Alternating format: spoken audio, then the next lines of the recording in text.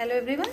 Today we are going to read a true story that is Weathering the Storm in Ersama, written by Harsh Mandor, an Indian author and a social activist who works for homeless people and also the street children. He is born on 17 April 1955. So the story is about that the super cyclone that hit in Odisha in October 1999. Ersama is a place in the district of Jagatsinghpur of Odisha. So in that due to that super cyclone, how thousands of people died and it also devastated hundreds of villages. And the story is about a young boy named Prashant who was marooned on the roof of a house, and on the third day he decided to go to his village. So whether he found his family or family members or not, let's read the story. So, Weathering the Storm in Ersama. So on 27th October 1999, 7 years after his mother's death, his means Prashant's mother's death, Prashant had gone to the block headquarters of Ersama, a small town in coastal Odisha, some 18 kilometers from his village, and to spend the day with a friend. So he went to spend some time with his friends. So in the evening, what happened? A dark menacing storm quickly gathered, and heavy and incessant means continuous rain filled the darkness. Ancient trees, the old strong trees, even they were also uprooted and crashed to the earth. The angry waters. So suddenly, all of a sudden, this happened in the environment. Suddenly, black clouds gathered in the sky, and the continuous rain filled water is everywhere. The angry waters swirled into his friend's house neck deep. The building was a brick and mortar and was strong enough to survive the devastation of the wind's velocity of 350 km per hour. So the great destruction wrought by the cyclone and the surge of the ocean continued for the next 36 hours. So continuous rainfall wind that continued for 36 hours. Although wind speed and had reduced somewhat by the next morning. So Prashant and his friends' family had taken refuge on the roof. You can see in the textbook that how they are taking they were taking rest on the roof of the house. Prashant will never forget the shock he experienced at his first glimpse of the devastation wrought by super cyclone. So it was a new experience, unusual experience for Prashant, that all of a sudden how it happened, everything means how the environment got changed, everything. There he found water. So he saw bloated animal carcasses and human corpses means dead bodies floated in every direction. 2 coconut trees had fallen on the roof of their house, so which was a blessing for them, because they had to that 2 coconut trees that they helped them from starving in the several days that followed. So for the next 2 days, Prashant sat huddled with his friends' family in the open on the rooftop. It can be seen in the picture. They froze in the cold and incessant rain, and the only thought that flashed through his mind was whether his family had survived the fury of the super cyclone. So he stayed there 2 days on the rooftop of his at his friend's house. But he was only thinking about that what would have happened to his family members. Then 2 days later, the rain ceased. Prashant was determined to seek out his family without further delay. He was also a little bit excited to know about that what would have happened to the family members. He equipped himself with a long sturdy stick and then started on his 18-kilometer expedition back to his village through the swollen flood water. You can see in the page, in the picture given in page number 39. It was a journey he would never forget. So by holding the stick, he started his expedition, 18-kilometer expedition back to his village. So after some distance, he was relieved to find 2 friends of his uncle who were also returning to their village. as they waded through the waters. Waded means that like that, just like a boat, that like a boat that he used at the time of rowing a boat. So he waded through the water. The scenes they witnessed grew more and more macabre. They had to push away many human bodies. So in that swollen water, so many he found so many dead bodies floating. They had to push away. That means that uncle's friend and Prashant. They had to push away many human bodies, even the dead bodies of dogs, goats, and cattle. So he was sure that his family could not have survived this catastrophe. So by seeing the situation, the devastation, dangerous situation everywhere, he found dead bodies of human beings, dogs, goats. So he was sure that his family members will be no more. So eventually Prashant reached his village Kalikuda. So his heart went cold. Where their home once stood, there were only remnants of its roof. So he found that some parts of his roof. Then some belongings were caught and twisted in the branches of the tree. Then Prashant decided to go to the Red Cross shelter to look for his family. So when he reached there, first he saw in the crowd was his maternal grandmother.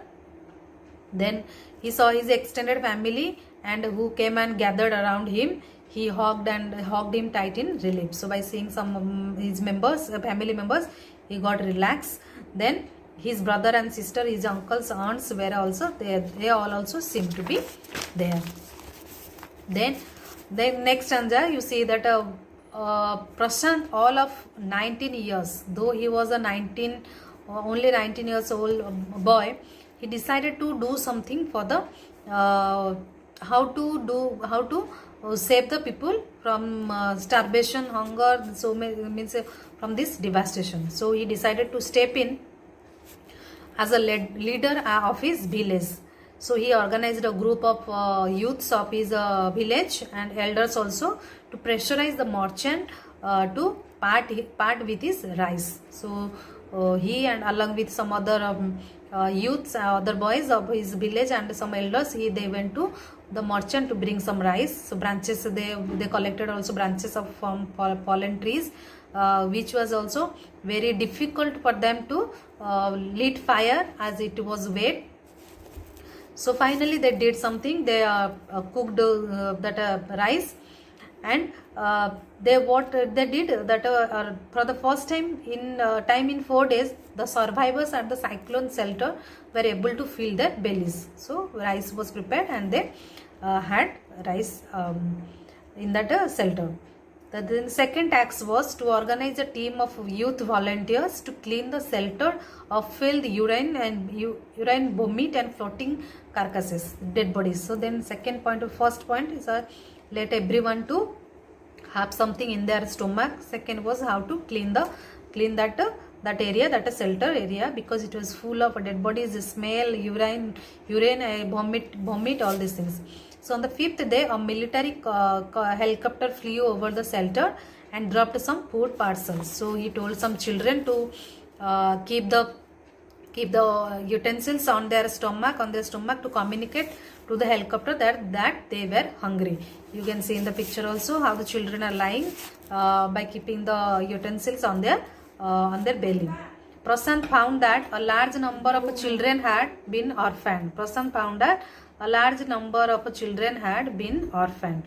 He brought them. So he got so many children were orphaned, and he brought them together and put up a polythene sheet. You can see in the picture also, put up a polythene sheet shelter for them, and women were mobilized to look after them. So some of the children they got orphaned, they lost their parents, and some women were engaged to take care of those orphan children.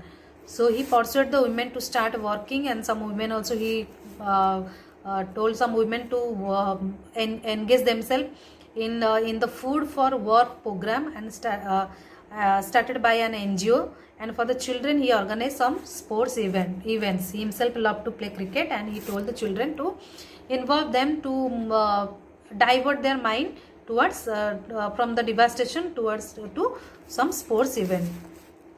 Prashant engaged with other volunteers in helping the widows and children to pick up the broken pieces of their lives. So his motto was to engage the widow and the orphan children, so that they will not recall their, they will not they will forget their what happened to their what happened in the super cyclone. So however, this step was successfully resisted, as it was felt that in such institutions children would grow up without love and widows would suffer from stigma and loneliness. So what did Prashant do? Prashant's group believed orphans should be resettled in their own community itself, possibly in the new foster families made up of childless widows and children without adult care. So what this was a great war. Those who were widow and childless also, they have lost their husband, at the same time they have lost their children. So those women, they were engaged to take care of the children, those have lost their parents. So that the widows, they can, by taking care of these orphan children, they can forget what happened in this devastation of the super cyclone. So how he tried to got involve the widows and the orphan children by taking care of each other.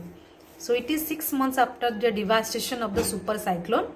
This time Prashant's wounded spirit has healed simply because he had no time to bother about his own pain, and in this way he though he was 19 years old, he forgot his own pain because he got busy in taking care of others. His handsome youthful face is what the widows and orphan children of his village seek out most in their darkest hour of grief.